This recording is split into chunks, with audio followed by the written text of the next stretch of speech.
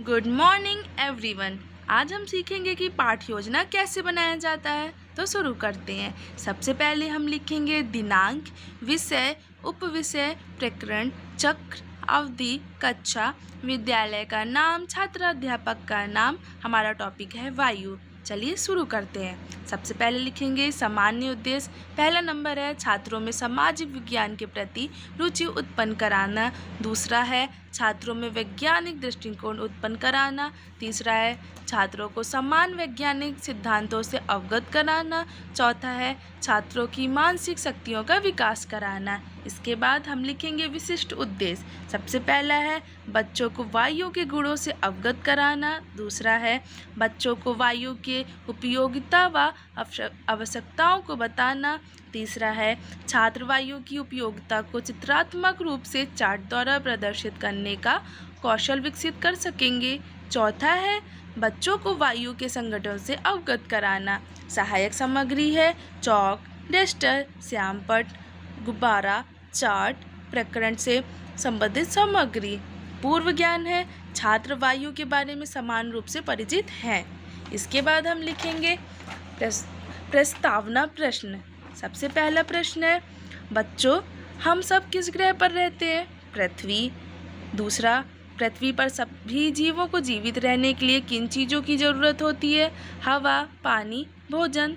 तीसरा है हवा को हम और किस नाम से जानते हैं? वायु। चौथा वायु के संगठन और गुणों के बारे में विस्तार से बताइए। समस्यात्मक प्रश्न। चलिए इसके बाद उद्देश्य कथन में आते हैं। बच्चों आज हम लोग वायु के बारे में विस्तार पूर्वक अध्ययन करेंगे। प्रस्तुतिकरण है शिक्षण बिंदु, अध्यापक कथन, छात्र कथन। सबसे पहले वायु तथा वायुमंडल। वायु विभिन्न गैस जैसे O2, CO2, N2 आदि का मिश्रण होती है। हमारे चारों ओर सभी स्थान पर वायु उपस्थित है। पृथ्वी सतह के ऊपर वह भाग जहाँ वायु उपस्थित है वायुमंडल कहलाती है। छात्र कथन पर लिखेंगे छात्र मौन होकर सुनेंगे। वायु के गुण। वायु के कुछ प्रमुख गुण हैं। पहला वायु रंगहीन, गंधहीन, स्वादहीन होती है। दूसरा वायु का आकार निश्चित नहीं होता है, इसे जिस चीज़ में भरो उसका स्थान घेरती है। तीसरा है वायु को हम देख नहीं सकते, बस महसूस कर सकते हैं। चौथा है वायु का आयतन अनिश्चित होता है, यह सभी दिशाओं में दबाव डालती है। वायु का संगठन प्रतिशतता के आधार पर वायु के संगठन। वायु का प्रमुख अवयव ऑक्सीजन है। वायु में इसकी प्रतिशत मात्रा 21% है। दूसरी नाइट्रोजन गैस है जिसकी प्रतिशत मात्रा 78% है तथा CO2 जिसकी प्रतिशत मात्रा 0.03% है। छात्र कथन में हम लिखेंगे छात्र ध्यानपूर्वक सुनेंगे। वायु की उपयोगिता। आप सभी वायु की उपयोगिता बहुत अच्छे से जानते होंगे। चलिए जानते हैं। वायु की प्रमुख उपयोगिता श्वसन क्रिया में है, ये आप सब जानते हैं। प्रायः श्वसन क्रिया में ऑक्सीजन गैस अंदर ली जाती है तथा CO2 गैस बाहर मुक्त की जाती है। सभी पौधे सूर्य के प्रकाश की उपयोगिता में CO2 और जल का उपयोग करके स्टार्च तथा ऑक्सीजन गैस बनाते हैं। यह क्रिया प्रकाश संश्लेषण कहलाती है। इसके बाद हम लिखेंगे बोधात्मक प्रश्न।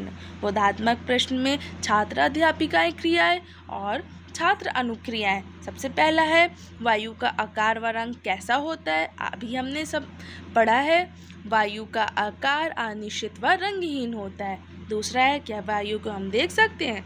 अरे नहीं, वायु को हम केवल महसूस कर सकते हैं। इसके बाद है श्यामपट्टकार। श्यामपट्टकार में हम सबसे पहले लिखेंगे दिनांक, विषय, प्रकरण, चक्र, अवधि, कक्षा। इसके बाद हम एक रूपरेखा बना के लिखेंगे वायु में गैसों की प्रतिशत। CO2 21%, nitrogen, carbon dioxide. सबसे अधिक कौन सी गैस होती है? नाइट्रोजन गैस होती है। इसके बाद मूल्यांकन प्रश्न। वायु में ऑक्सीजन तथा नाइट्रोजन गैस की प्रतिशत मात्रा बताइए। दूसरा हरे पौधे प्रकाश संश्लेषण की क्रिया में कौन सी गैस का प्रयोग करते हैं? इसके बाद हम बच्चों को गृह कार्य देंगे। सभी छात्र वायु व इसकी उपयोगिता के बारे में अध्ययन करके आएंगे। चलिए, इसी के साथ हमारा पाठ्य योजना समाप्त होता है। धन्यवाद। मिलते हैं अगली वीडियो में। तब तक के लिए बाय बाय।